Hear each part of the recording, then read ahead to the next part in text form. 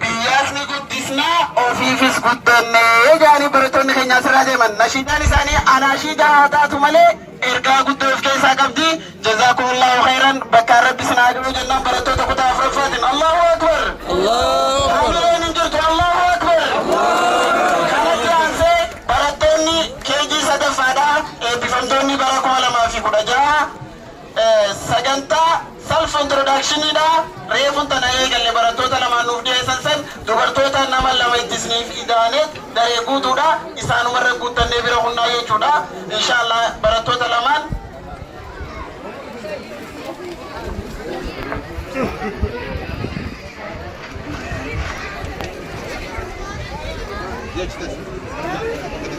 Assalamu alaikum wa rahmatullahi wa barakatuh.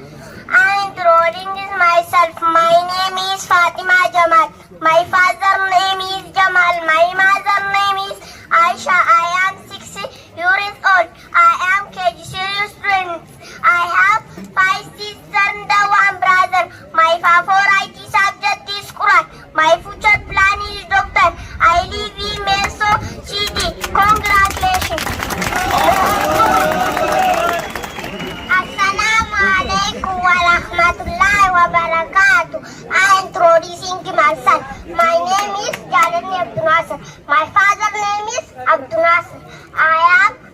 My father name is Abdul Nasser. My mother name is Al Osman. I am 60 years old. I am KG student. I have 1 sister and 1 brother. My favorite subject is English. My future plan is engineer. I live in Meso. Allahu Akbar barattoonni kun bifa kanaan daree guutuudha waan ta'eef dubartoota irraa nama lama dhiira irraa nama lama isiniif dhiyeessinee gara sagantaa itti aanu isin dabarsine inshallah. Sagantaan itti aanu inshallah guyyaan irraa guyyaa barattootaa fi daa'imman kanaati waan ta'eef jecha sagantaa isaanii baay'ee waan qabaniif muraasa wal duraa duubaa erga isiniif dhiyeessine jidduutti keessummoota keenya kan isiniif afeerru tahaa. وللو برتو سينا خالدين الله أكبر برتو سينا خالد قرى مدرخة كانوا فيها سين جنة الله أكبر الله أكبر الله أكبر سينا خالد الله أكبر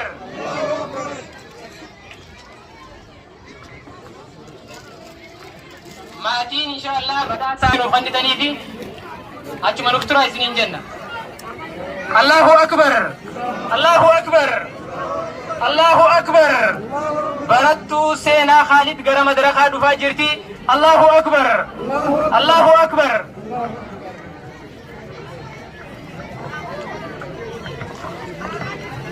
السلام عليكم ورحمة الله وبركاته.